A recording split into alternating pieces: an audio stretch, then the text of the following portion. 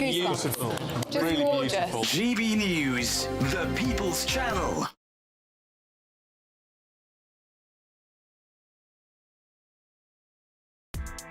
Join me, Nana Akweer, for an informative, interactive news programme with a difference. It's fun. No, he didn't say that, Dave. I'm so surprised. I think there's an element of truth to that. Join me from 3 p.m. every weekend, only on GB News, Britain's news channel.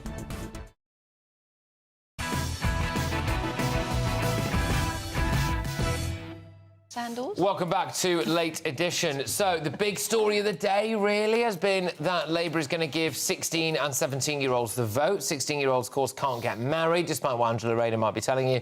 They can't buy fireworks, they can't buy a beer, they can't even earn the proper minimum wage, they can't go on a sunbed. There's all sorts of stuff that they can't do. Can't even buy Rizzlers. Like, forget the cigarettes, you can't even buy Rizzlers, apparently. So, but soon, obviously, they'll be able to vote, because that's... yeah, why wouldn't you? Anyway, for all the 16-year-olds watching who want to learn about politics, I recommend watching The Thick of It. Oh, wait. I think it was rated 18. Oh, that's a shame, isn't it? Never mind. Anyway, to find out how this could change politics is Chris Anus, who's a pollster at More in Common. And bringing him up, I'm also going to bring up the front page of the I paper as well, because the I think, quite succinctly poses several questions for us here. UK gives the vote to teens aged 16. It's tomorrow's front page in the I, with Reform and Corbyn likely to benefit. So is that true, Chris? Who is going to be the main beneficiary of Sir Keir Starmer's decision to let kids vote? Thanks very much for having me on, Patrick. Well, I mean, it's a complicated one. Actually, 16 and 17-year-olds will only make up about 2% of the overall electorate. So it's not clear it'll shift anything in either way at this stage. But if I was to suggest someone would be a beneficiary, it probably would be Jeremy Corbyn, because we actually did a poll last weekend asking people who they'd vote for, and we included an option for a left-wing party led by Jeremy Corbyn. And amongst Gen Z and 18 to 24-year-olds, Jeremy Corbyn actually was ahead across that age group. So if one assumes that 16 and 17-year-olds vote like their 18 to 24-year-olds, then, you know, his party could have a good base of support amongst them. So, is this a bit silly for Sir Keir Starmer to do this? I mean, his net approval ratings are pretty low, aren't they? I mean, he's approaching Prince Andrew territory, which is never a nice place to be. And now he does this, which might just empower Jeremy Corbyn. I mean, you know, what I would say on that, Patrick, is that it's not a priority for the British public, you know, electoral reform and changing the voting age. You know, you were just speaking about some of the other priorities, whether that be immigration, tackling small boats, the cost of living, the NHS. I mean, in itself, it's going to have a very small effect on the next election, just because they will make up such a small part of the electorate. But what I would be concerned about if I was the government is that this takes attention, both in Parliament, but also in the eyes of the public, away from what the government's doing on those bigger issues. Yes, well, and actually it's a really good point, because in some senses it might be deliberate, because I suppose it's not necessarily been handled that well, some of those things. Just finally, Chris, while I've got you, how do you think this will impact Nigel Farage and Reform? So Reform support, despite what a lot said in the media, is actually much lower among younger people. So Reform in our last poll was about 28% overall in the public, but actually amongst Gen Z, it's about 14%. And they do slightly better amongst Gen Z men than Gen Z women, but it's still not a overall successful group. But what is interesting, Patrick, is in those Labour to Reform marginals, actually there's a chance that, you know, if Labour votes are shedding to the Greens or to Jeremy Corbyn's party on the left, that some seats could go towards Reform. And actually, based on our MRP and our initial projections, we think about 8 or 10 seats could go from Labour to the other direction. Wow, fascinating. Chris, thank you. Tremendous to have you on. Really insightful stuff. That Chris Anus there, who is the pollster at More in Common. So, yeah, several front pages have got it. I think we'll stick with the either. Paul, kids, voting, thoughts? Yeah, ridiculous, isn't it? I mean, it was a manifesto pledge, Matthew, wasn't it? Absolutely. Which just shows us how ridiculous the Labour manifesto was. But It is, isn't it? I mean, the idea. I'm a fan. Yeah, Matthew, I never doubted it. But my daughter's 16. The idea of unless they're going to get them to vote on Snapchat, they're not going to go in big numbers anyway. Because the idea of getting them out to vote, I think, is going to be tricky. I don't want to undermine every 16 and 17-year-old in the country, but I don't think they're going to be energised in the way that Keir Starmer thinks they're going to be energised. I don't think they're ever going to be energised by Keir Starmer. I mean, Keir Starmer is probably A, he's anti-British, B, he's the dullest man in politics since John Major, maybe. I really don't think he's going to inspire children. Who do we say, Anna? Who do we say was the dullest man before Keir Starmer? Or is Keir Starmer the dullest man ever to exist? That's so a message, or even defending John Major. No, I would say. John Major was actually quite a good Prime Minister. To me, it does seem utterly. To me, it does. Yeah, OK. I mean, Edwina Curry thought so. Wow, yeah, good. But the thing about this, though, Patrick, that's so ridiculous is that the Labour Party have been saying today, oh, well, you can get married at 16. No, you actually can't. In Scotland, you can. And they've been saying that you can serve in the army. No, you actually can't. You can sign up. So they don't even seem to know what they're talking about, even when it's one of their own policies. Angelina said you can't get married at 16. You can't only in Scotland. The point is they can't even rent a line bike to go to the polling station if they're in London. And if they're outside London... But they can use the fantastic transport for London under the leadership of City. Come on, So look, on this, in Scotland, when it was introduced in Scotland, about a third of the Scottish people were in favour and 2/3 were against, and it's literally flipped. Now it's happened. The world hasn't fallen in. Scottish democracy hasn't happened. Turnout's been reasonable under 16 and 17-year-olds, and people like Ruth Davidson, the leader of the Scottish... getting on, though? The leader of the Scottish... Well, it depends who you ask in Scotland. It's dangerously... Scottish politics is dangerously weird, right? It doesn't... I mean, you see, anything that's complete... It's fringe of the fringe. They do it in Jersey. I mean... They do it in Guernsey. Oh, brilliant. So we've got Scotland, Jersey and Guernsey. And in Ecuador, and in Cuba, and in Nicaragua. These are the countries that Keir Starmer is following, apparently. Oh, he's following the Channel Islands. It's ridiculous. By the way, in 2 years' time, nobody will care. It will just become part of what's going on.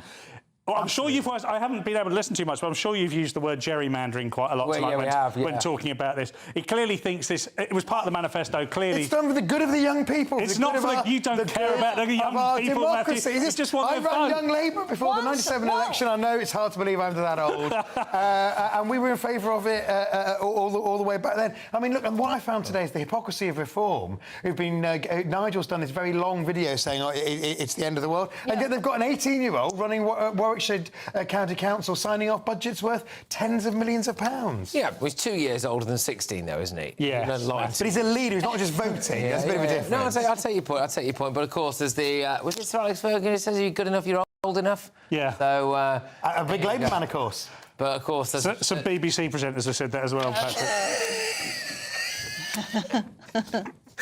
Oh, good stuff.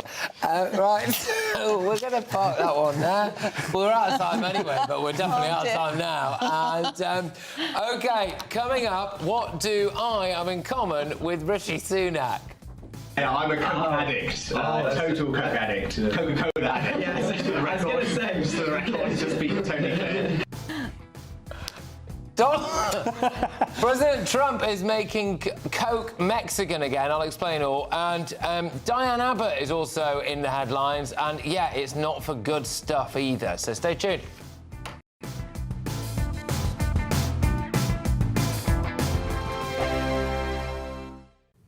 Hi there, and welcome to the latest update from the Met Office for GB News.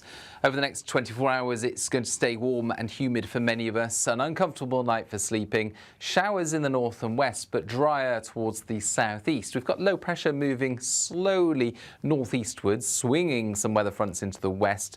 That's what's causing the cloud and some outbreaks of showery rain into Scotland, Northern Ireland, western parts of England and Wales overnight. Elsewhere, mostly dry, areas of cloud, some low cloud and mistiness around southern and western coasts, and a muggy night to come wherever you are. Temperatures staying generally up around 15 to 18 Celsius. That gets us off to a warm start to Friday, but a mixed start depending on where you are across the United Kingdom. We've got areas of cloud and showery rain pushing into eastern Scotland, reaching Orkney, but not quite Shetland at this time. Western Scotland brightening up after earlier rain, and there will be further showers following into Northern Ireland, but perhaps an element of brightness there for a few hours during the early morning period. Wales and Western England, likewise, a band of cloud and some showery rain moving through, but the rain not too heavy towards the southwest. Ahead of this, the Midlands, eastern and southeastern England, seeing a hot and humid day. Temperatures widely in the mid to high 20s, touching 30 to 32 Celsius in some of the hotter parts of East Anglia and the southeast. Of course, that heat and humidity with low pressure nearby combining to give some thunderstorms, particularly for northeast England later in the day. And there'll also be further showers into the northwest, but some even livelier showers and thunderstorms developing on Friday night and into Saturday, emanating from France, pushing northwards across central and eastern parts of the UK. Some particularly heavy rain moving through northern England and southern Scotland, followed by further showers and thunderstorms, initially from the south and then into Sunday from the west. So a lot of rain to come. Hi, I'm Michelle Dewberry, and my show is your opportunity to cut through all the noise and dive in headfirst to some robust debates. Ideas clash. Situation, isn't it? No, because the failure is you're deliberately avoiding my point. Nothing's held back. And if you think this is the end of it, wait for more. And we do not shy away from the difficult stuff. Sometimes I want to shake people and say, if only you understood. So join me on Jubes and Co weeknights at 6 p.m. only on GB News, Britain's news channel. Good Afternoon Britain isn't just about us. The wonderful thing about this programme is it's about everyone watching. It's an interactive programme. Well, there absolutely is something to see here, and we're going to be talking about it more. Whether it's breaking royal news, please bring us up to date, or indeed a particularly punchy speech in the House of Commons. Very, very curious. We bring it to you live, and then we bring you live reaction as well. That's Good Afternoon Britain, weekdays from midday. Only on GB News, the People's Channel, Britain's news channel.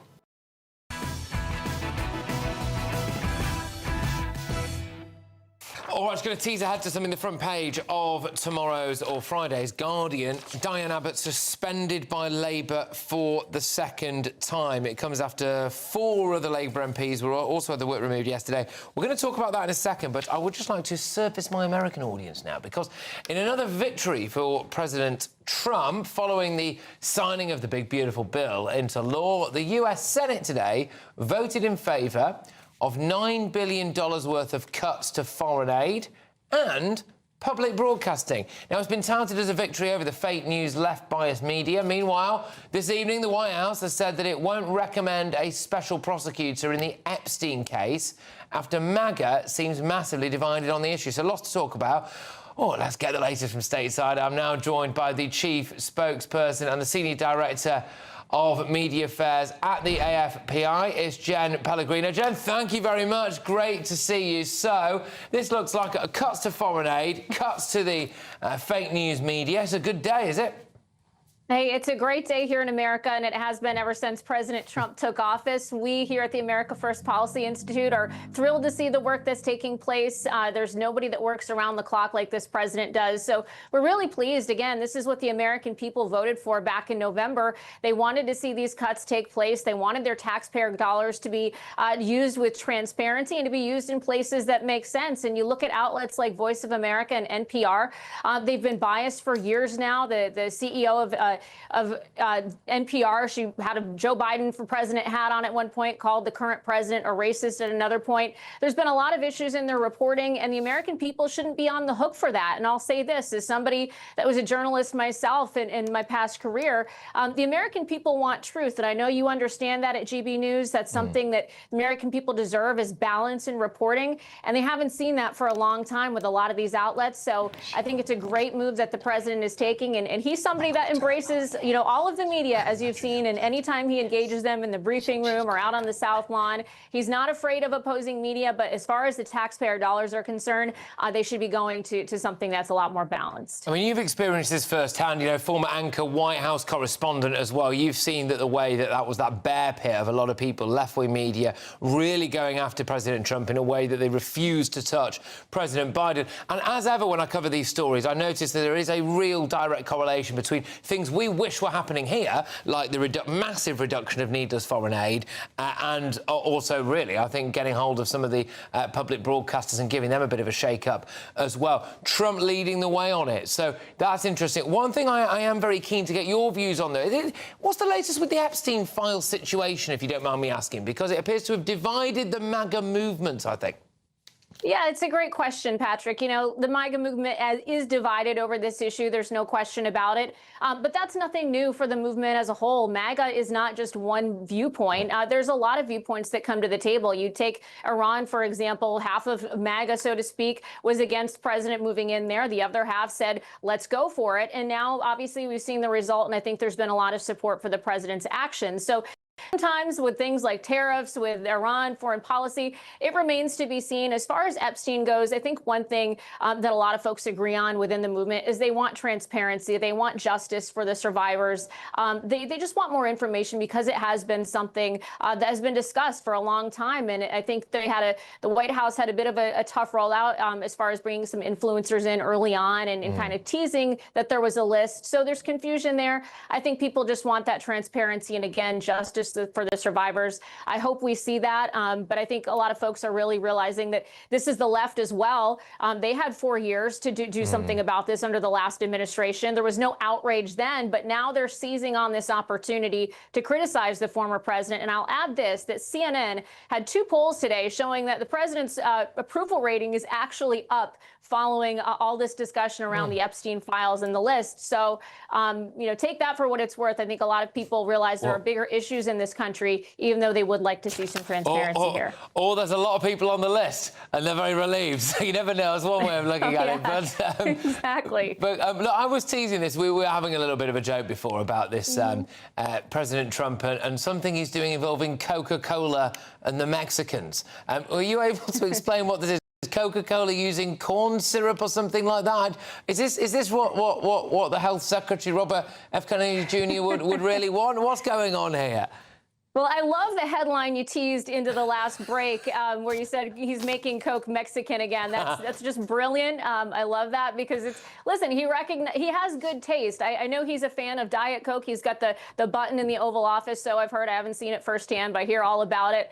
We want to get to a place where there's less artificial junk in our foods, whether it's beverages like Coca-Cola, going to something that a lot of people love, which is the Mexican Coca-Cola in the glass bottles, where it is the cane sugar versus corn syrup. So I think it's a move in the right direction. We saw some reports recently from Secretary Kennedy as well as Secretary Brooke Rollins, our Secretary of Agriculture here, talking about the removal of some of these artificial dyes in our foods and our ice cream and so forth. And a lot of big brands are coming to the table, Nestle, Hershey, and so many others saying, okay, we're going to get on board with this. And you know what? I think it's really good for business. I hope that more brands will see what's happening here and do the same because it's just better for people in general. And I think more people are concerned with their health, even though we do have our vices like Diet Coke, Coke Zero, you name it. I certainly have mine as well. Well, Jen, I tell you what, we've managed to cram a lot into not a lot of time there, starting out with foreign aid, whizzing our way through a public service broadcast of the Epstein files, and finally a bit of Mexican Coke as well. So there we go. Jen, thank you very, very much. You take care. I hope to see you soon. Jen Pellegrino there, who is the Senior Director of Media Affairs at the AFPI. Let's just drag it back, kicking and screaming to Britain now, though, because we'll talk about the front page of The Guardian. Diane Abbott suspended by Labour for a second time. I mean, it's ridiculous. A totally self-inflicted wound, really. I mean, she initially said controversial stuff about whether or not Jews face real racism. She was then told to go on some anti-Semitism awareness course. That's worked. That has not worked. She should have gone. This is even more ridiculous than putting the wrong shoes on the wrong feet. The thing is, it really feels... I feel slightly sorry for us. Live by the sword, die by the sword. If you make everything racist, eventually you will become racist. And I'm sure we do pay homage to Diane Abbott for being the first black woman MP in the Houses of Parliament. But that was about the last time she achieved anything, as far as I can tell. Genuinely, you can't live off that forever.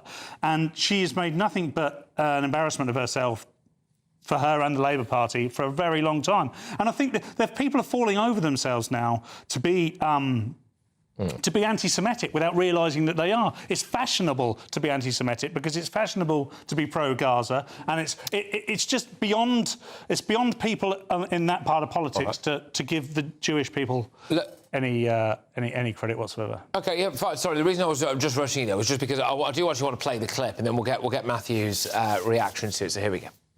Really, there must be racism, which is about colour, and other types of racism. If you ever have to speak that slowly, it implies that you maybe should stop and think a little bit more about what you say. I don't know. Matthew, your views on this. Is it actually a relief for Keir Starmer, or will it come back to bite him? Well, I think it's actually partly relief and it's partly great sadness, because before she was suspended because of the original comments before the last election. Jeremy Corbyn wasn't allowed to stand as a Labour candidate. We've seen what happened to that.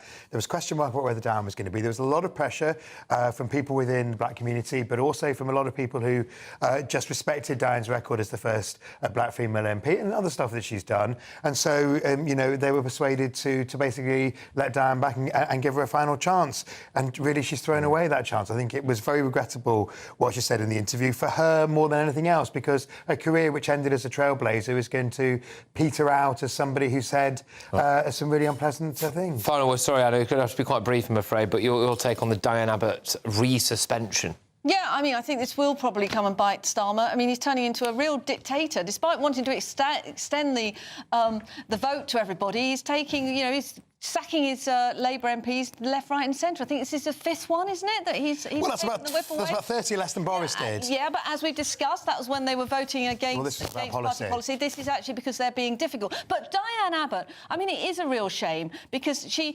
looked like a really sorry figure in the House of Commons, I must be honest, when I was there. But I liked her speech in the assisted dying debate, and I thought maybe she was getting better, maybe she was, you know, fine, but she clearly isn't fine, and you know, it's very sad. Well, we went to Diane Abbott for comment. We said, Diane, can you just confirm how many times you have been suspended? And she said 11. So there we are. Coming up, Snoop Dogg has bought Swansea Football Club, and guess how many cigarettes we smoke every day? It's the Inside Story soon. Stay tuned.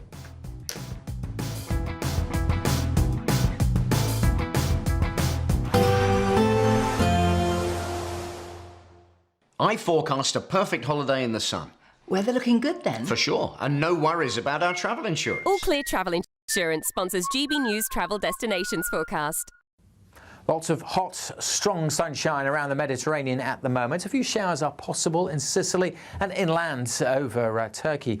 We may just see one or two showers. Most of the coast here dry and sunny. Much of the Greek islands also dry, fine and sunny. One or two showers through the spine of Italy, but again, the coast's dry and fine. Northern parts of Spain may see a bit more cloud and a few showers. Quite a brisk wind blowing over the Canaries, but it's going to be hot in Tenerife. Temperatures just dipping a little bit here into the weekend.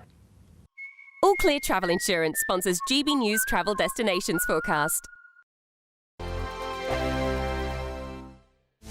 This is Britain's Newsroom, where your voice matters. It's just astonishing. With expert analysis and honest opinion, we don't just keep you informed. We bring you unique perspectives you won't see anywhere else. Can't argue with any of that. When the news happens, it happens here. On Britain's Newsroom, weekdays from 9:30 a.m. Only on GB News. You want to know what's really going on in the corridors of power? Labour don't know what to do with you half the time, and that makes you quite lethal in the chamber. Get behind the headlines with Chopper's Political Podcast. Join me, Christopher Hope, as I sit down with the great and the good of British politics. We'll see where this ruling takes us. These are the stories shaping our nation. Chopper's Political Podcast, available now on all platforms. Listen in and stay ahead. Mornings don't have to be tiresome, especially if you have the right company. Wake up to news as it happens, opinion and debate, and of course, a little bit of entertainment too. Because when the kettle's on, we're on. That's Breakfast on GB News, a show worth waking up for. Every morning from 6 a.m. Only on the People's Channel. Britain's news channel. We'll spread the news, you spread the word. Hi, I'm Michelle Dewberry, and my show is your opportunity to cut through all the noise and dive in headfirst to some robust debates. Ideas clash. Situation, No, isn't it? because the failure is you're deliberately avoiding my point. Nothing's held back, And if you think this is the end of it, wait for more. and we do not shy away from the difficult stuff. Sometimes I want to shake people and say, if only you understood. So join me on Jubes and Co weeknights at 6 p.m. only on GB News, Britain's news channel. Good Afternoon Britain isn't just about us. The wonderful thing about this programme is it's about everyone watching. It's an interactive programme. Well, there absolutely is something to see here, and we're going to be talking about it more. Whether it's breaking royal news, please bring us up to date, or indeed a particularly punchy speech in the House of Commons. Very, very curious. We bring it to you live, and then we bring you live reaction as well. That's Good Afternoon Britain, weekdays from midday. Only on GB News, the People's Channel, Britain's news channel. At GB News, we love to hear from you, our loyal community. So drop us a line at gbnews.com/yoursay. There you can talk to each other and also to the presenters live on air. gbnews.com/yoursay, because GB News is your channel, Britain's news channel. Join me, Nana Akwe, for an informative, interactive news programme with a difference. It's fun. No, he didn't say that, Dave. I'm so surprised. I think there's an element of truth to that. Join me from 3 p.m. every weekend, only on GB News, Britain's news channel.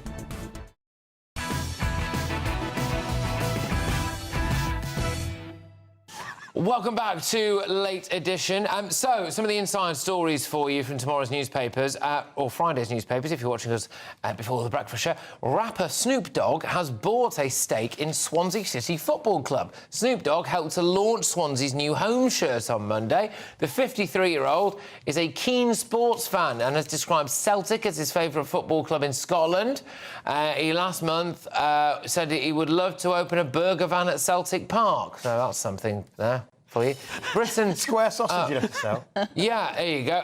So there we are. I'm cracking on with this now. What do you think? Snoop Dogg, Swansea? Is there... I mean, it's brilliant, isn't it? Why not? Yeah. It's ridiculous, isn't it? Got a palm tree, Swansea.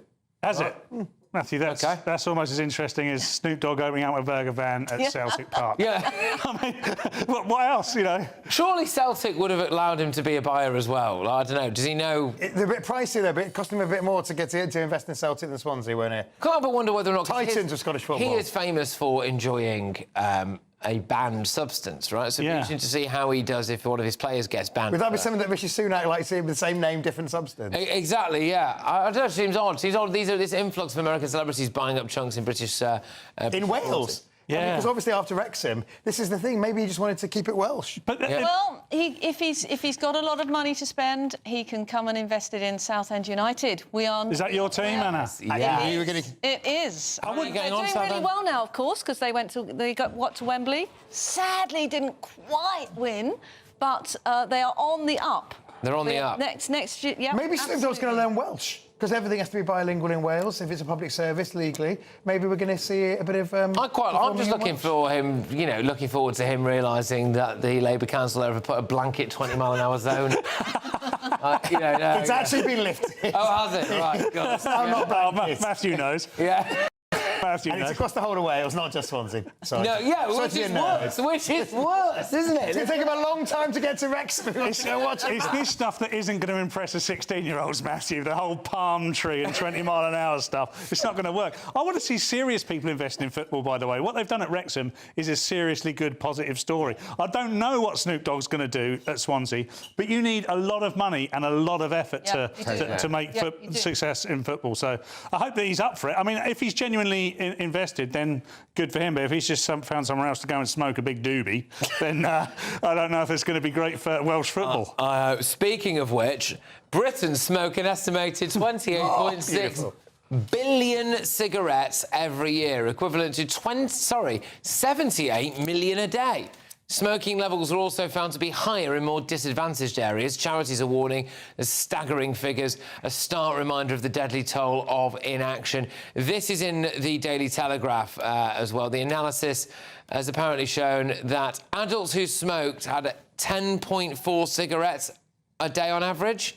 5.5% smoke more than 20. I don't think that's a good thing, but you know, back in the day, you know, people used to smoke 40 a day, didn't they? Yeah. You know, there were 20 a day. It's going in the right direction at least. But what we don't see in these figures is how many people are vaping, because that is one of the sort of problems, really, that everyone's switching from smoking to vaping, and vaping isn't necessarily that much healthier for you. Are you a vapist? So I'm Are you, Patrick? It's never been proven, Patrick. I'm not. No, I have vaped and I have smoked. I used to smoke when I was a teenager, then I started again for a year when I was 36. Oh, that's very specific. Did that coincide with anything? Sort of an early midlife crisis, I think.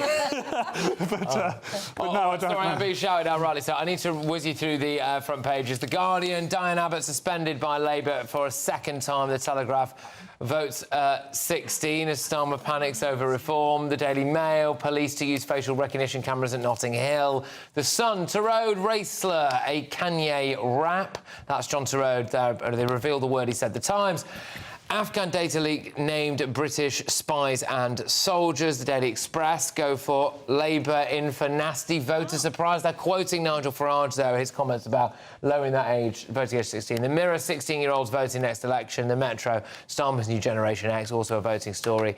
There you go. That's all of them. Thank you very much. Thank you to my wonderful panel. Thank you. It's been a good... I mean, I've enjoyed it anyway. Hey, breakfast is up next. If you're watching us in the morning, I'll see you at 9 p.m.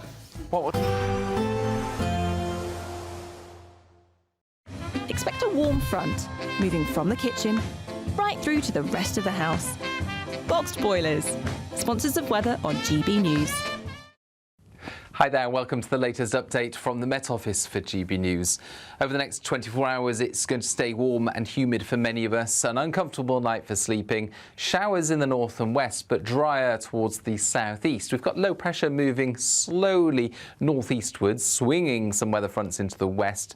That's what's causing the cloud and some outbreaks of showery rain into Scotland, Northern Ireland, western parts of England and Wales overnight. Elsewhere, mostly dry, areas of cloud, some low cloud and mistiness around southern and western coasts, and a muggy night to come wherever you are. Temperatures staying generally up around 15 to 18 Celsius.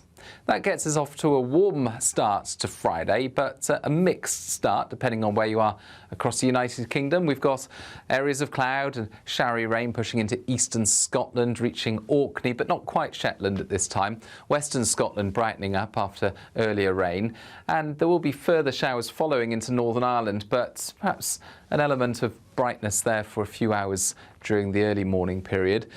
Wales and Western England, likewise, band of cloud and some showery rain moving through, but the rain not too heavy towards the southwest. Ahead of this, the Midlands, eastern and southeastern England, seeing a hot and humid day. Temperatures widely in the mid to high 20s, touching 30 to 32 Celsius in some of the hotter parts of East Anglia and the southeast. Of course, that heat and humidity with low pressure nearby combining to give some thunderstorms, particularly for northeast England later in the day.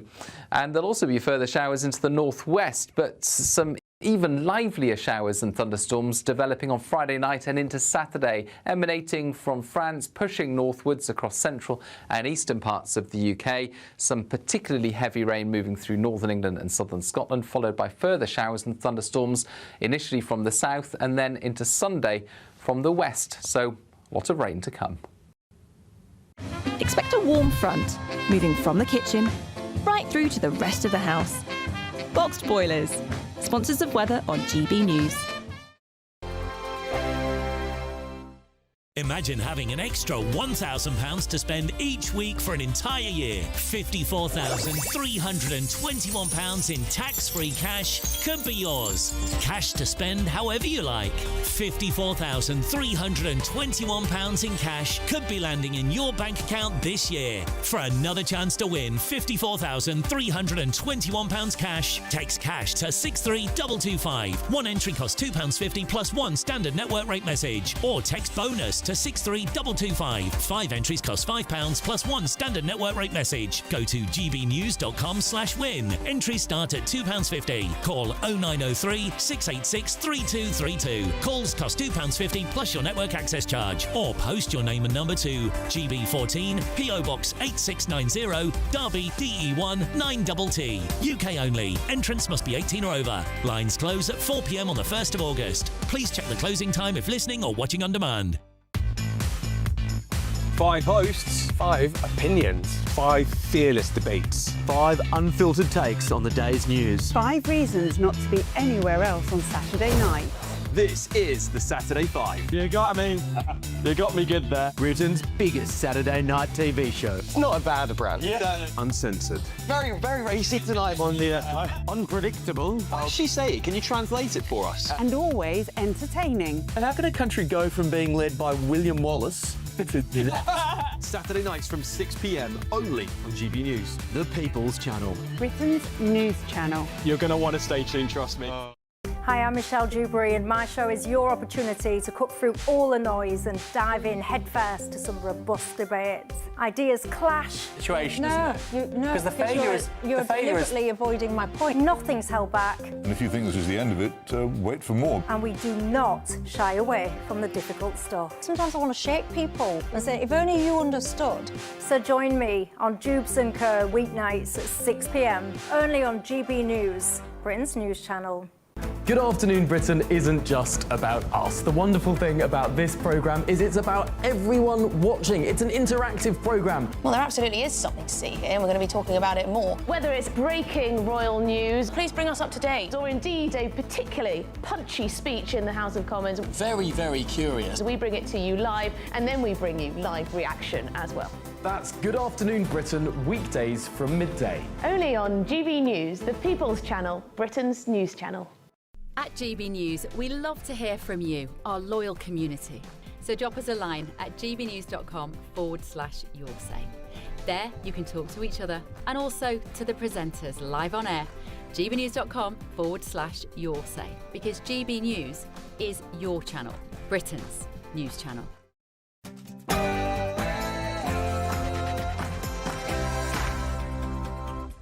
Good evening. As the Prime Minister signs a new treaty with the Germans, we learned today that the UK will be paying contributions to the European Union under the PM's reset deal. Surely Keir Starmer wouldn't do that to us. Votes for 16-year-olds are in, plus a whole host of other rule changes that I think will make our democracy far less secure. And Tom Bower, friend of this show, joins me in my last segment to talk about the BBC in total chaos. And I'm going to ask him, how does he think 2 days in Windsor Castle between Donald Trump and the King will go? Before all of that, let's get the news with Tatiana Sanchez.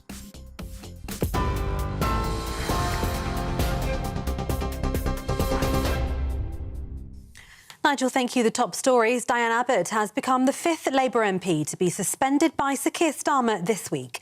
A Labour Party spokesperson said Abbott has been suspended pending an investigation. The MP for Hackney North and Stoke Newington has lost the whip a day after Rachel Maskell, Brian Leishman, Chris Hinchcliffe and Neil Duncan-Jordan. They were suspended from the party for repeatedly rebelling against the government on welfare. They'll now sit as independents in the Commons. Downing Street insists it's about stamping out disloyalty before Parliament's summer break. The White House has announced that the US president will travel to Britain later on in the year, with specific dates announced a short while ago. Donald Trump will visit Britain from the 17th to the 19th of September. He will also visit Scotland this month from the 25th to the 29th. The White House Press Secretary Caroline Leavitt has said that Mr. Trump says he's looking forward to meeting King Charles. The White House has also given a health update on the US president this evening.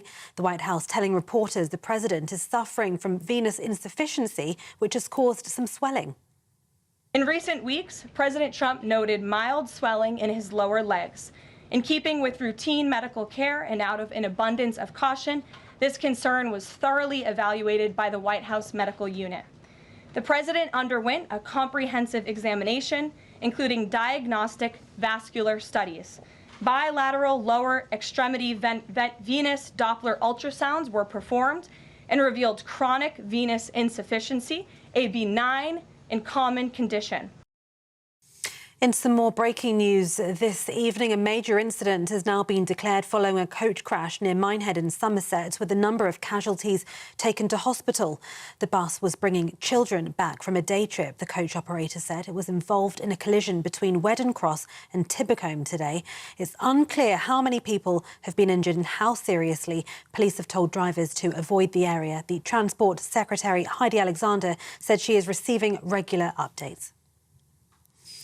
Elsewhere, personal details of spies and special forces were included in a data leak that led to thousands of Afghans being secretly relocated to the UK. Information about more than 100 Britons was contained in the breach. Defence sources say details of MI6 spies, SAS and special forces personnel were included in the spreadsheet after they backed Afghans who'd applied to be brought to the UK. It comes after the personal information of thousands of people who applied for the Afghan relocations and assistance policy was released in error in February of 2022 by a defence official. And Sir Keir Starmer and the German Chancellor have signed an historic treaty to boost ties on trade, security and migration. The German Chancellor, Friedrich Merz, says today's treaty comes under the major challenges of our time. These, Merz says, includes Britain's exit from Europe, which he says he found deplorable. Known as the Kensington Treaty, this is the first agreement of its kind between the UK and Germany. It includes new school exchanges and a legal crackdown on smuggling gangs behind small boat crossings. Downing Street says the deal marks a significant step in tackling illegal migration across Europe. It comes as more than 21,000 people have crossed the English Channel this year, up 56% on last year. And those are the latest GB News headlines. For now, it's over to Faraj. For the very latest GB News direct to your smartphone, sign up to News Alerts by scanning the QR code or go to gbnews.com/alerts.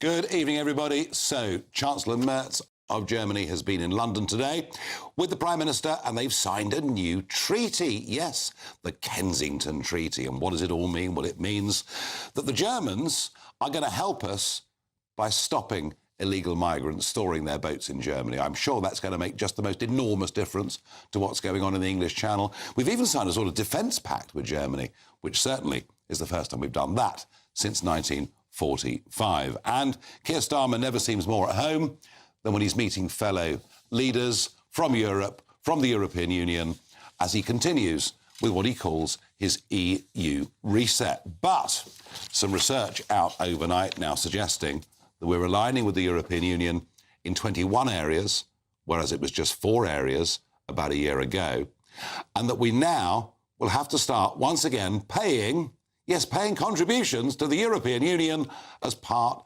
of the reset deal. I'm going to ask you at home, is this an all-out Brexit betrayal? Faraj at gbnews.com.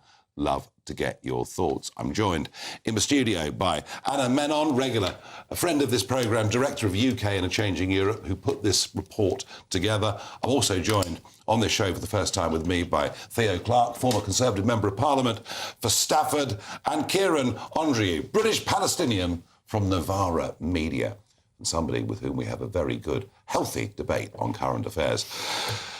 Alan, this is your report. I've got the notes here, but tell us, what's actually happened? Well, what the report shows is that basically, compared to last time, the UK is aligning more with the EU than it was last year, or particularly under the Conservatives. There's far more alignment now between us and them than there was in the past. So this is on food standards? On all sorts of different things and different forms of alignment. So at the summit in May, the two sides said that they would strike a deal on agriculture. That will involve what we call dynamic alignment, whereby we change our rules every time they change theirs in an automatic way. Without a say? Without a say. Well, there will be a voice, but there will be certainly no vote. Yeah. We won't get a vote on the measure. And then there's what we call voluntary alignment, where we've just decided to shadow what the EU is doing for various reasons. One, to make it easier for businesses so they don't have 2 rule books if they sell here and in the EU. And also, interestingly, to avoid disruptions to trade with Northern Ireland, because, of course, Northern Ireland under the protocol is bound by EU rules. And so if we diverge from EU rules, it brings in the danger of creating trade barriers between Great Britain and Northern Ireland. Yeah, and so we're now having to sort of follow the Windsor framework as the whole of a country as opposed to just the province of Northern Ireland, in effect. Insofar as the government decides to do that, yes. I mean, what the government has said it's is... our choice. The government has said in some areas we might decide to align just to make it easier when it comes to Northern Ireland. There are still some areas of divergence. The most striking, I think, is financial services, where the government is moving away from what the EU is doing in terms of things like capital requirements, alternative investment mechanisms and things like that. So it's not all a simple story, but there is more alignment now than there has been since we left. And more involvement of the European Court of Justice.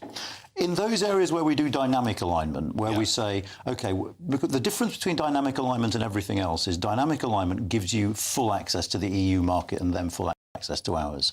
In those areas where we do that, then absolutely... The arbiter is the ECJ. The ultimate arbiter is the ECJ. Which is something that Starmer said he wouldn't do. But, of course, his promise at the election was he wouldn't rejoin the single market, he wouldn't rejoin the customs union. But he's getting us very, very close to the EU in many areas. He's getting us closer to the EU in particularly two areas, which is when it comes to emissions trading and when it comes to agriculture. I think, actually, what you'll find is the European Union isn't going to let him pick and choose the areas where he wants to get closer. So even if he does, and in the run-up to the election, Rachel Reeves was talking about doing something with chemicals, I think the European Union will say you don't get to pick and choose the bits of our market. And are we really going to have to start paying a financial contribution? Yes, but in many different ways. So on this, then there's talk about the EU saying if you're going to use our court, if you're going to sort of have this administrative agreement with us where you follow our laws, it's going to cost something because there's an administrative cost. In other areas, like university exchanges, for instance, there's a big debate to come between us and the EU about how much we pay compared to how much we get out. And, of course, in May, the other thing they decided on was cooperation on security and defence. We want to participate in defence procurement schemes. The big debate there is how much we're going to have to pay to be able to play. Theo, Brexit betrayal? I'm afraid I think it is, Nigel. I mean, my former constituency voted significantly to leave, and that was certainly not what they were expecting, was that several years down the line we'd be repaying money back to the EU. And to be honest, I think the Prime Minister's being disingenuous. I think he's trying to unpick Brexit by the back door, and I think constituents who voted for that will be absolutely shocked. And to hear you say that, yes, the ECJ might have the ultimate decision, I mean, we are a sovereign country which has our own parliament, and what we're actually saying is that there will no longer be scrutiny by our own MPs. On these areas? On these areas, absolutely. I mean, that is absolutely the antithesis of what people voted for during the referendum. I mean, Kieran, you know, I will give the Prime Minister credit for one thing. He did choose his words very carefully in the general election about what he wouldn't do. But, boy, he's taking us back closer to the Union very quickly.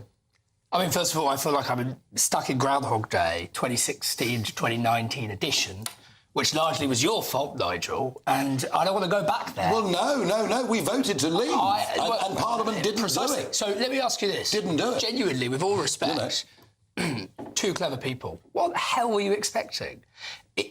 Trade is brutal. Trade is absolutely brutal. Yeah. There is scarcely a trade deal in history in which the weaker party, the party that has less collective clout or less individual clout, dictates the norms, the legal frameworks, and the terms of the trade. No, hang on. So what on earth did you expect? Hang on. Of course the EU is going to... Let's get a sense of perspective. If you want to trade with the EU, there are going to be things you have to do. Yes, but we also want to trade with the rest of the world. Great. And the rest of the world is growing, and the EU is contracting financially. The question I'm asking you is a political one. Yeah.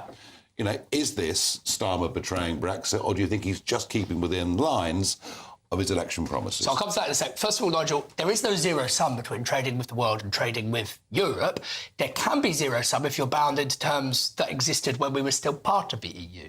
So I agree with you that leaving has opened up the space for trade deals outside of the EU. Of course. Right? You agree with that. But there is no zero sum. You have to trade with everybody. Is the Prime Minister being straightforward and honest with the British people in terms of what he's doing? Honestly, I don't know what Keir Starmer's motivations are. I think he's probably pro-European by nature. He's pro-EU by nature. Yeah, I think he is. I actually think this has marginal impact on people's everyday lives. And actually, I think in a way, if there's one silver lining, Nigel, to you potentially winning in 2029 from where I'm standing from, if there's one silver lining to a Prime Minister Farage, it's that you can finally show us what your dream Brexit looks like. But I dare say, I suspect that you will run into the same kind of bureaucratic problems that you're hitting, say, in Warwickshire, but much, much larger. Well, of course, we could have left with no deal at all. And, we could have left with no deal. WTO rules. We could have left in a number of ways. So, I mean, this is the problem when we talk about what we voted for in 20... We voted to leave, and that was unspecified, and there are loads of ways to leave. So I think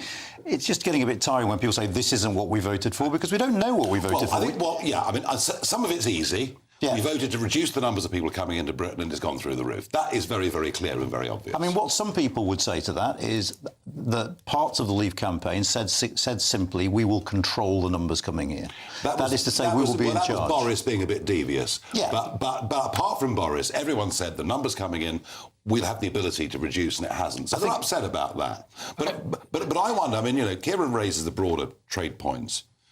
You know, if we're relying on agriculture, we're relying on food standards and drink standards and other things, it does make a future trade deal with America very much more difficult. I mean, it limits the things you can agree with other people, because you said to the European Union, we will be sticking to your rules. But I'd say a couple of things. The European Union is still our largest trading partner by a distance.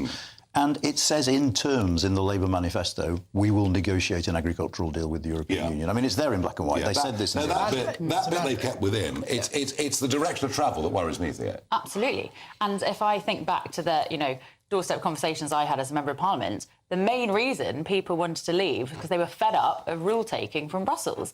And for me, this is going to be exactly the case. And yes, it might not be on every area of policy, but ultimately, if the rules are changed on particular things, say in regards to agriculture or other things, we would then have to change our laws in the UK. And that is as a direct response to something that we then don't have any control or say over. And I think that's the critical point. And that's the worry. That's the worry, Kieran, that Brexiteers have is, and of course, Anand's explained very, very carefully the difference between dynamic alignment and other choices. Sure. But if you go on extending the areas of dynamic alignment and you argue it's for trade simplicity, fine, that's the argument that you make.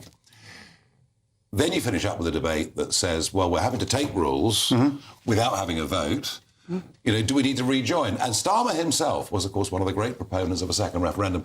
Is that where this government's going, or do you think it's just too difficult for the Labour movement? So much of the kind of spiritual case, if you like, for Brexit was about the sovereignty of Parliament, right?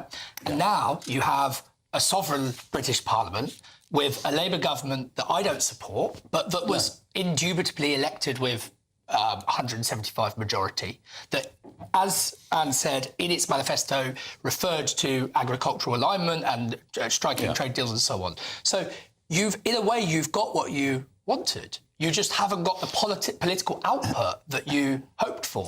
It just doesn't feel like it. I mean, we've had this conversation loads of times, Nigel. I mean, ultimately, Brexit is about trade-offs, and you weren't guilty of saying everything will be fantastic, we'll get our sovereignty back. You said this might cost us some money, but we'll be in charge. Yeah. But there were lots of people on the Leave side who said trade will continue as it continued before and will be free. And I think, if you're talking about Leave voters, not all of them realise that leaving the European Union might lead to higher food prices, which it has. Okay, because of the barriers to trade in agriculture. We could have reduced tariffs on food for the rest of the world. We didn't do it. But all I'm saying is it's that trade-off, isn't it? Yeah. And for some people, I mean, perfectly legitimately, they might think, I am willing to sacrifice a bit of control to have lower food prices. Other people will say, actually, that's a trade-off too far. So while we got you here, before this segment ends, and we don't look at EU affairs very much anymore, but it was interesting that the Commission boss, Ursula von der Leyen, now pushing for a massive budget for the European Union, huge budget increase. That next period, 28 to 34, that she's negotiating, she wants a 2 trillion budget. What's happening across Europe in terms of pro-European parties, anti-EU parties, in the political firmament? It's a really mixed picture. I mean, there are some countries like if you look at Scandinavia, where actually the Social Democrats are doing quite well. In other parts of Europe, as you know, the populist right are doing quite well. One of the noticeable things we've seen is the populist right is no longer talking about leaving the European Union. But this is, I mean, bear in mind with this debate, this is the opening shot in what is going to be a very long and horrible argument. It's going to take them 2 years to agree on this package. Yeah. There's already pushback. I think the German government have already said we reject this budget. Yes. So it's going to be a nasty. It's going to be fairly usual, you know. You've been in the European Parliament, you know how these negotiations Well, go. I'll tell you what, we just have our own arguments in Westminster. Thank goodness we're not part of that lot. And as ever, absolute pleasure to have you in the studio. So they've done it. They said they would, and they've done it. They're going to extend votes to 16-year-olds, but many other things proposed by Labour that I think will make our democracy far less secure than it is now. We'll debate all of that in a moment. And hey, what do you think at home? Do you think 16-year-olds should get the vote?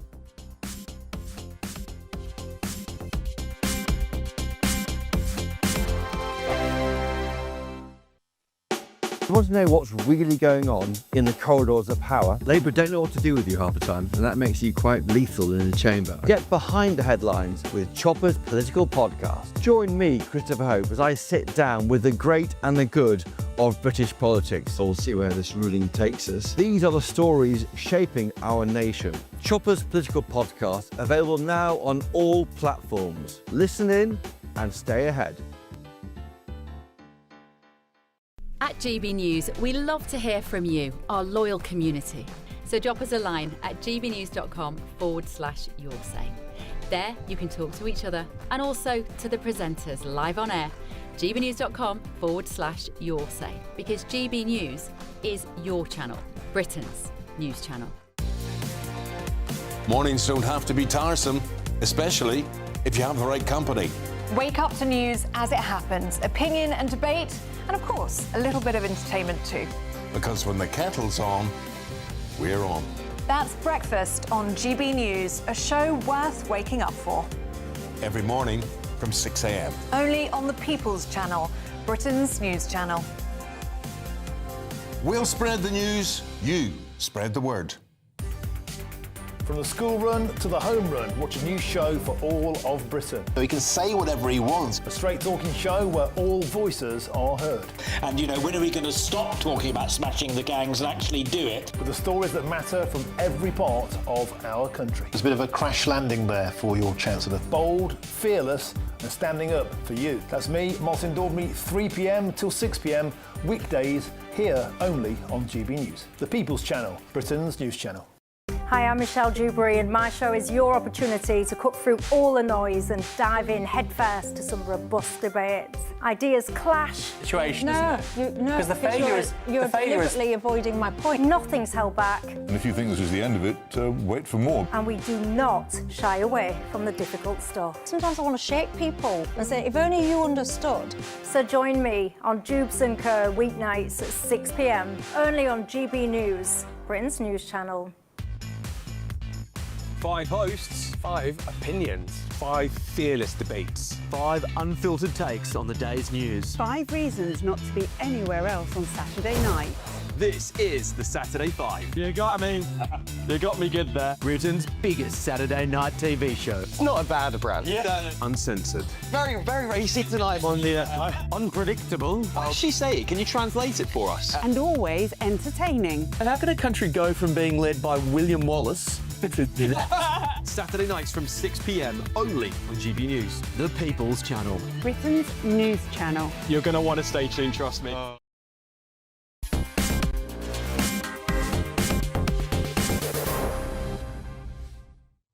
asked you, is this a Brexit betrayal? Steve says Starmer is hell-bent on taking us back fully into the EU.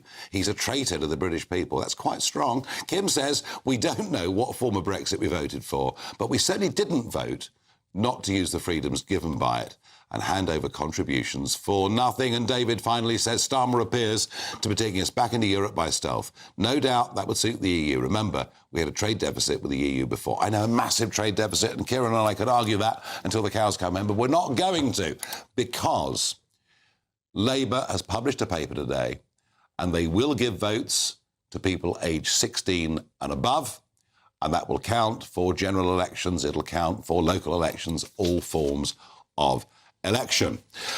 I have to say, I've always taken the view that if you can vote in an election, you should be eligible to be a candidate in that election too. To me, that is absolute logic.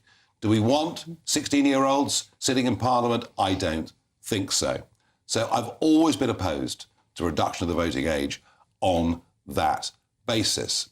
Now, there might be an irony in it, which is, while Labour may well think, well, this is us. This is ours. We're going to have these voters. Actually, increasingly, I'm quite popular with the 16 and 17-year-olds as well. So it could actually come back to bite the Labour Party. What is for certain is that it will, on current form, hurt the Conservative Party disproportionately quite badly. But my other worry, you know, when Angela Rayner, the Deputy Prime Minister, says today, you know, we're going to protect our elections from abuse. We will strengthen the foundations of our society for the future. Well, the ID requirements, which you remember were brought in for the last general election for the first time, meaning you had to show photo ID when you went to vote. I thought that was perfectly sensible and reasonable. Most grown-up countries do that. They're changing the rules on this to say a bank card will do. Well, come on, you can't use a bank card for any form of ID anywhere. That is a loosening of the rules. My other big complaint about this is it doesn't mention postal voting. And if there is an area where there is genuine concern about abuse of the electoral system, it is with voting, postal voting, particularly in some of our inner cities. So, look, you know, I engage every day with 16 and 17-year-olds on TikTok and other mediums.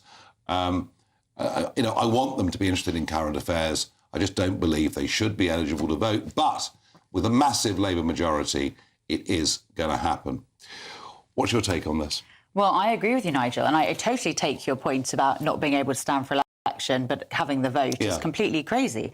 I mean, I think for me, I don't think it's right that we should be giving the vote to 16-year-olds for a number of reasons. I mean, firstly, you can't buy an alcoholic drink, you can't go to war, and you can't stand for election. So we've already decided on other parts that you're not the right age to be making these incredibly important decisions. But also, I think, come on, this is a very cynical attempt by the government, really, to try and attract more of their voter demographic, because they think they're going to get more votes the next election. What was interesting, ITV obviously saw this coming, because they conducted a big poll of 16 and 17-year-olds, and 50% of them said, no, we shouldn't have the vote, we're not ready. Well, there you go. And we're talking about a relatively small proportion of the British public, but I think we have to see this for what this is. This is the Prime Minister thinking, I want to hold on to my majority, it's not going well 1 year into the government, and I want to get access to more people who are going to vote for us at the next election. And I have a worry about this. Well, firstly, Kieran, just get your broad thoughts on this. I mean, I don't have particularly strong feelings about this, but what I would say is, on that point, it's the first time for everything, but on that point, Theo, if it's the case that Keir Starmer is doing this to kind of bottom out his vote as he loses it from other parts, other tranches of the electorate, I'm not sure that that's a very good strategy. I think we were talking earlier about the fact that it will probably increase the vote share for people who want to vote Green. You can be fairly confident of that. It will probably, if the Sultana Corbyn party does get off the ground... Well, that was about the worst launch I've seen in recent history from a political party, isn't it true, Nigel? If it gets off the ground, you could expect that it would also swallow up some votes there. And as you alluded to a minute ago, Nigel, it's not cut and dry that reform won't also benefit. No, I think I think reform would. But here's my worry. My worry is they're going to make politics compulsory at school. You have to stay in education now to the age of 18, for reasons I've never understood at all. This now, the way that politics is taught, as it's going to be a compulsory subject, the fact there are so many members of the teaching profession that are skewed way to the left of centre, this now puts a serious burden on the education system, Theo, to teach critical thinking. And a teacher can say, look, I'm a Labour voter, but hey, these are the arguments, make your own mind up. The education system could play a major factor here. Absolutely. And the other point you made, which is really important,